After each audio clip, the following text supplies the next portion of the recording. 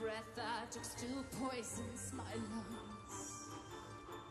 An old oak sheltering me from the blue, sunbathing on its death frozen blues.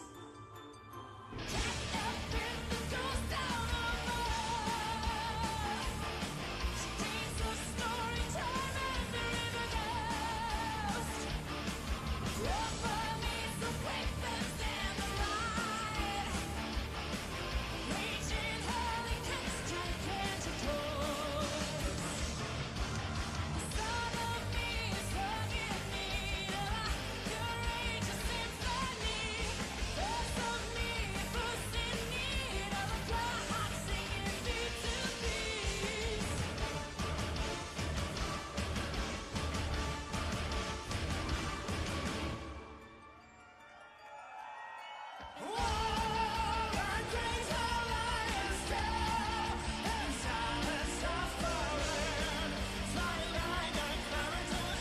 Incrível brutalidade.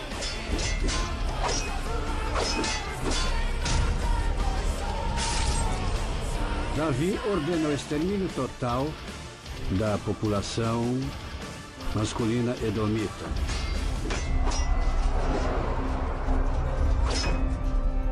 As crianças e as mulheres são vendidas como escravas e o governo é desmantelado.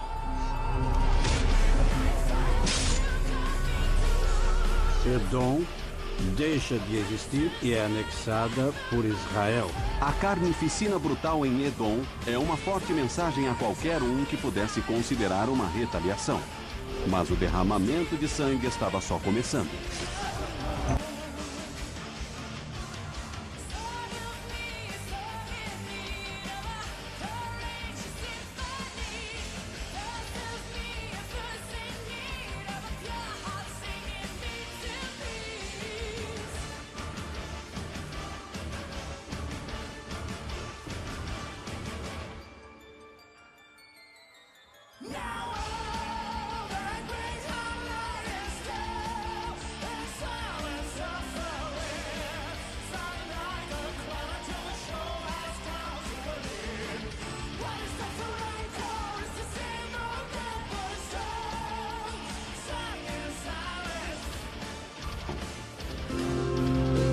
E o que a Bíblia diz é que todos os presos em idade militar foram deitados em 3 fileiras. Bem, os soldados ficavam entre 2 fileiras e passavam todos eles na espada. O que significa, essencialmente, que decapitaram os presos.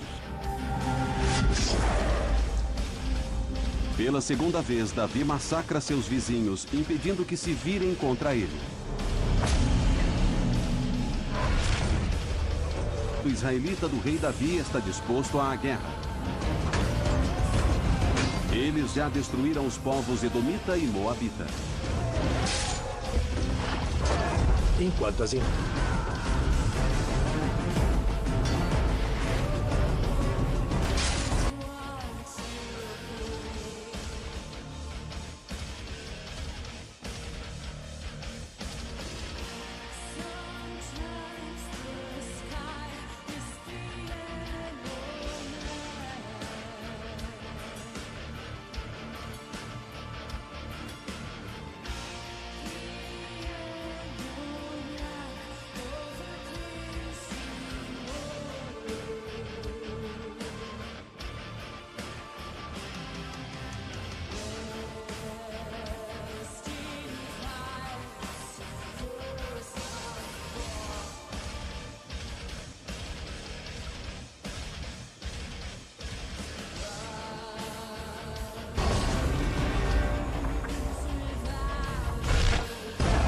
O rei Davi dos israelitas confirma sua reputação de brutalidade. Suas vítimas agora são os arameus, e eles estão sendo mortos.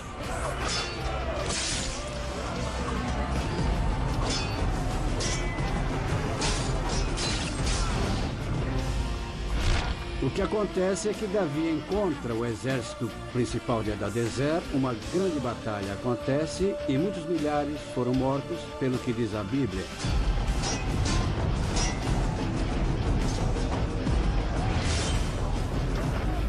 E Davi derrotou Hadadezer, rei de Sobá, quando este seguia para Emá, a fim de conquistar o rio Eufrates.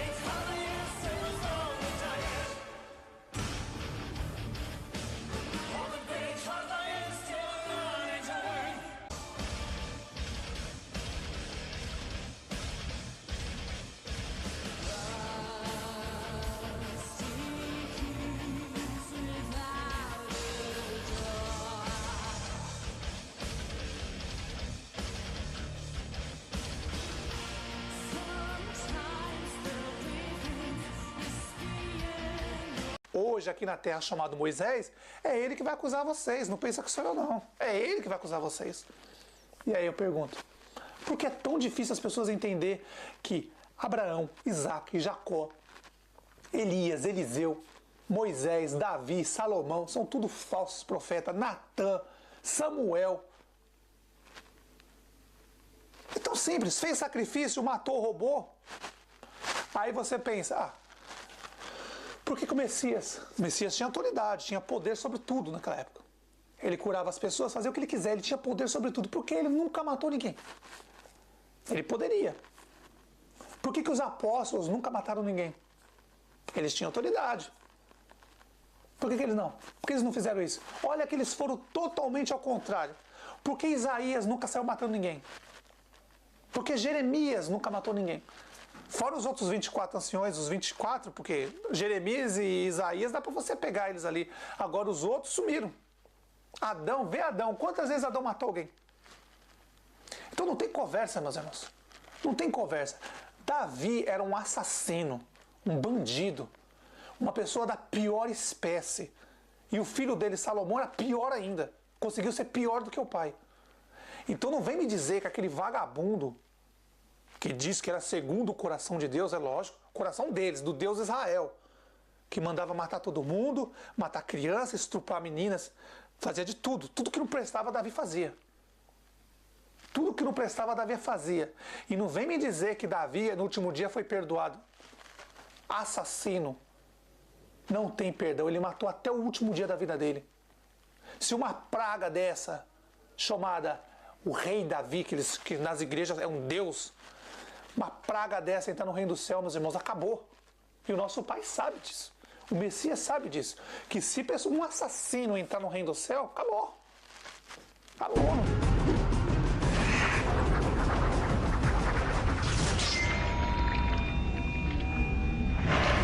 Mas por trás da lenda heróica há uma história de ambição sem limites. Assassinato violento. Conquistas em campo de batalha e na cama. A jornada de Davi vai unir um povo, mas não antes de destruir um país. O lendário duelo entre Davi e Golias acontece por volta de 1015 a.C., uma época em que os israelitas travavam uma guerra sangrenta contra um inimigo terrível, os filisteus. Em certo dia, no vale de Elá, somente um vai morrer, mas será uma morte monumental e histórica. Os exércitos se enfrentaram durante vários dias, até o que frequentemente acontecia no mundo antigo. Acreditava-se naquela época que Deus decidia as batalhas, então cada lado escolhia um campeão. Os campeões se enfrentavam e quem ganhasse levaria a vitória para o seu lado.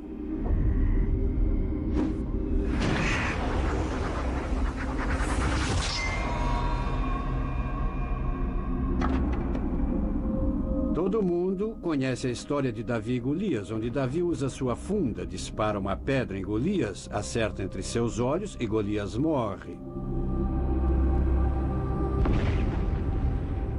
Então Davi pega sua espada e corta a cabeça de Golias. A morte de Golias por Davi é um ponto de virada na guerra contra os filisteus.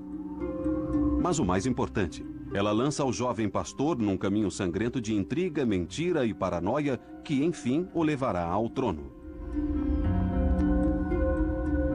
Um dos aspectos mais interessantes da Bíblia é que Davi tenha tanta consideração como pai de Israel e rei de Israel, porque, vendo bem a carreira dele, ele foi, na verdade, um oportunista, sedento por sangue.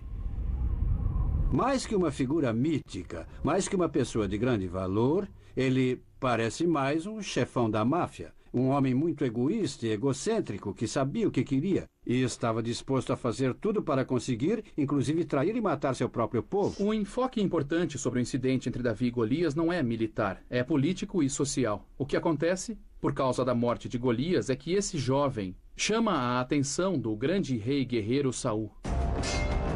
Davi se torna herói num instante.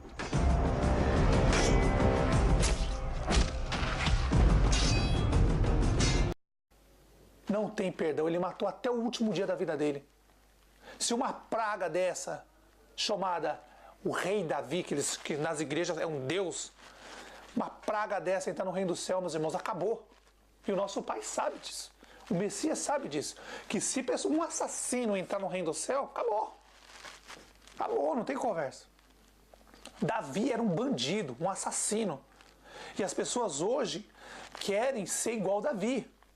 Quando Davi escreveu aquele livro maldito de Salmos, que dançava, falava que vai cair 1000 à minha direita, 10.000 à minha esquerda, e eu não seria atingido, aquele demônio daquele Davi estava falando com o diabo, com Israel, com Moisés, ele estava falando com ele.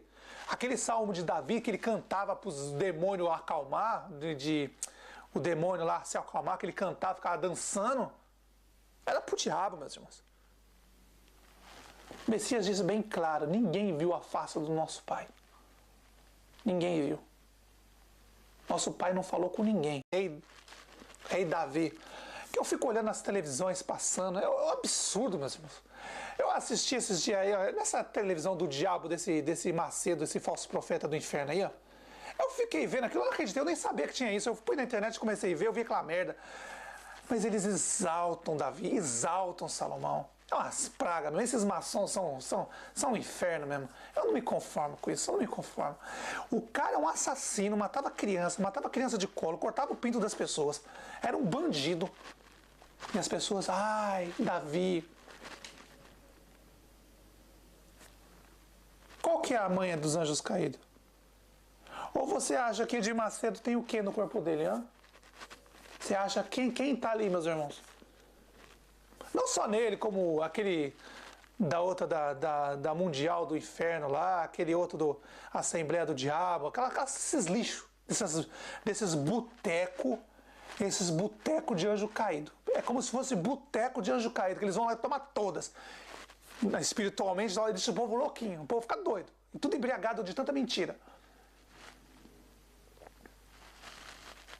Prostíbulo religioso é pouco para falar aquilo, porque aquilo ali é depois vai ficar, quando chegar depois do milênio, chegar na frente do trono do pai e falar assim, ó, e aí? Quando o pai falar para ele assim, e aí? O que você tem para me dizer? Aí eles vão querer jogar a culpa no pastor. Aí vai querer jogar a culpa no Velho Testamento. Eles vão fazer isso, não tenha dúvida, eles vão fazer isso. Olha, no Velho Testamento estava escrito assim, Senhor, por isso que eles vão chamar do nosso Pai de Senhor, né? Para você ver que absurdo. Aí eles vão falar assim, ó Senhor, é porque no Velho Testamento, Davi, Salomão, ele falou assim, nosso Pai vai falar assim, e daí? Eu mandei você seguir Davi, Salomão, Moisés, ou eu mandei você seguir meu filho? Eles vão querer ter desculpa para tudo no último dia. E aí quando ele vê os cães gulosos, esses pastores, filhos do inferno, na filinha que eles estão, e eles vão ver assim, pô, se meu pastor ali, pastor deles, esses diabo da vida, esses cães gulosos da vida, tiver na filinha do julgamento lá, e eles veem e falam, pô, se o meu líder tá ali, eu tô ferrado também, vai se ferrar todo mundo. Mas por que o povo não entende coisas tão simples? pessoas, ai que Davi é segundo o coração de Deus, aquela praga é segundo o coração de Israel, é segundo o coração de Moisés, um assassino, bandido, que todo mundo que seguia Moisés, Abraão, Isaac, Jacó, Josué, todo aquele lixo, era tudo um bando de assassino.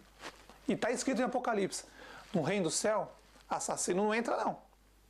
Aí eles querem falar para as pessoas, ó, você é tão pecador como Davi. Não caia nessas conversas, meus irmãos. Não caia nessa conversa.